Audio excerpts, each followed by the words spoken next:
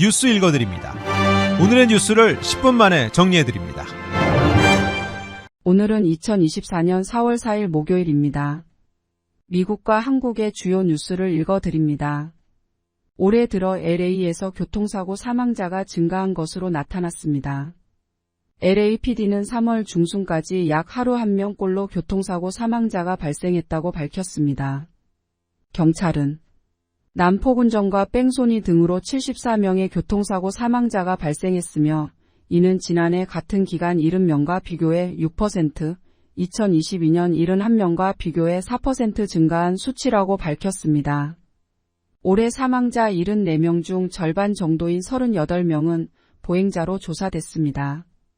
LAPD에 따르면 경찰서 관할 지역별로 올해 3월 16일까지 교통사고 사망자가 가장 많았던 곳은 사우스이스트 경찰서 관할 지역으로 올해 이 기간 27명이 목숨을 잃었습니다. LA 한인타운 지역인 올림픽 경찰서 관할 지역의 경우 8명이었는데 이 지역은 작년 18명보다 56%, 2022년 13명보다 38% 줄어든 예외 추세를 보였습니다.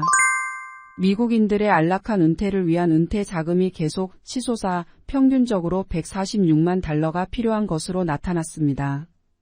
은퇴자금 관리 업체 노스 웨스턴 뮤추얼이 발표한 자료에 따르면 미국인들은 은퇴를 위해 146만 달러가 필요하다고 생각하고 있는 것으로 나타났습니다.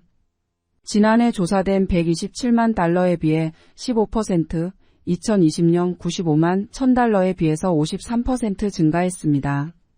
그러나 미국 성인들이 은퇴를 위해 저축한 평균 금액은 2023년 89,300달러에서 2024년 88,400달러로 소폭 감소해 은퇴를 위한 평균 저축액과 희망, 은퇴자금 사이에는 137만 달러의 차이가 있는 것으로 조사됐습니다.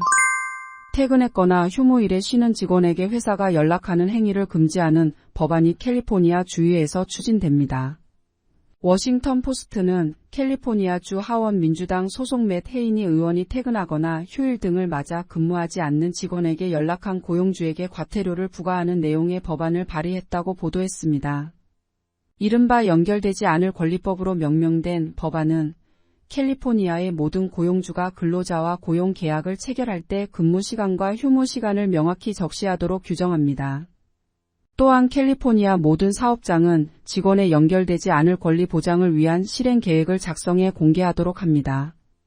아울러 법안은 퇴근한 직원에게 연락하는 등 위반 행위를 할 경우 캘리포니아 노동위원회가 이를 조사하고 위반 1회당 최소 $100의 과태료를 부과할 수 있도록 권한을 부여합니다. 한편 기업인 단체인 캘리포니아 상공회의소는 이 법안이 사업장의 유연성을 떨어뜨린다며 반대 의사를 나타냈습니다. 도널드 트럼프 전 대통령의 첫 형사 재판이 예정대로 이번 달 중순 시작됩니다.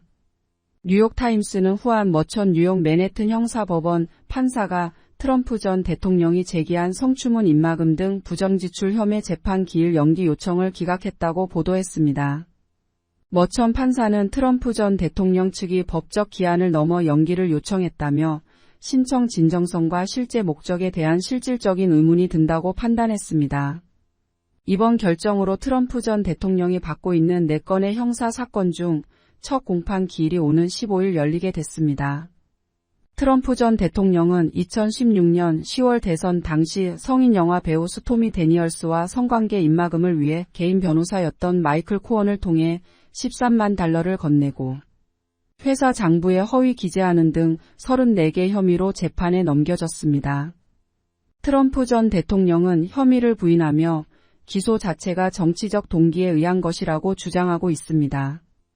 트럼프 전 대통령은 오는 11월 대선에서 백악관 탈환에 성공, 자신이 받고 있는 형사 재판 4건을 무력화하려는 전략을 펼치고 있습니다.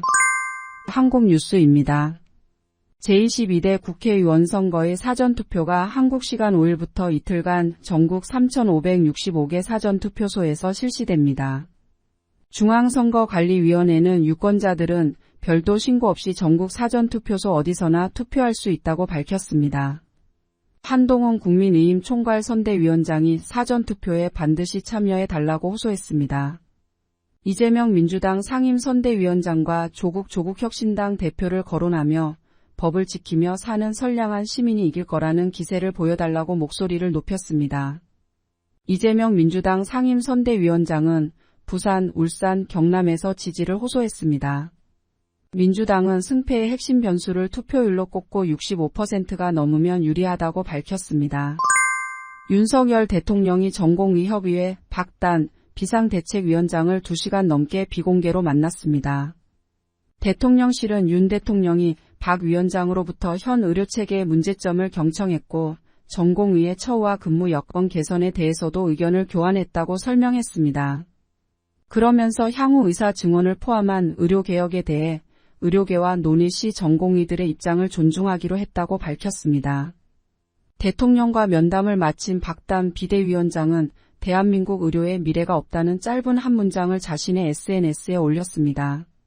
하지만 이 말이 무엇을 의미하는지는 박 위원장은 물론 전공의 비대위 측도 추가 설명은 하지 않고 있습니다.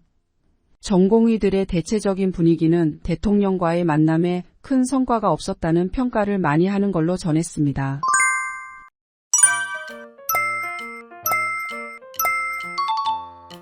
끝으로 날씨입니다. 남부 캘리포니아 어제보다 기온 내려가겠습니다.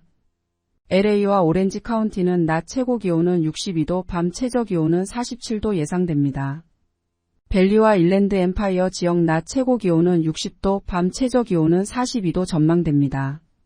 해안가 지역은 낮 최고 기온 59도, 밤 최저 기온 50도 예상됩니다.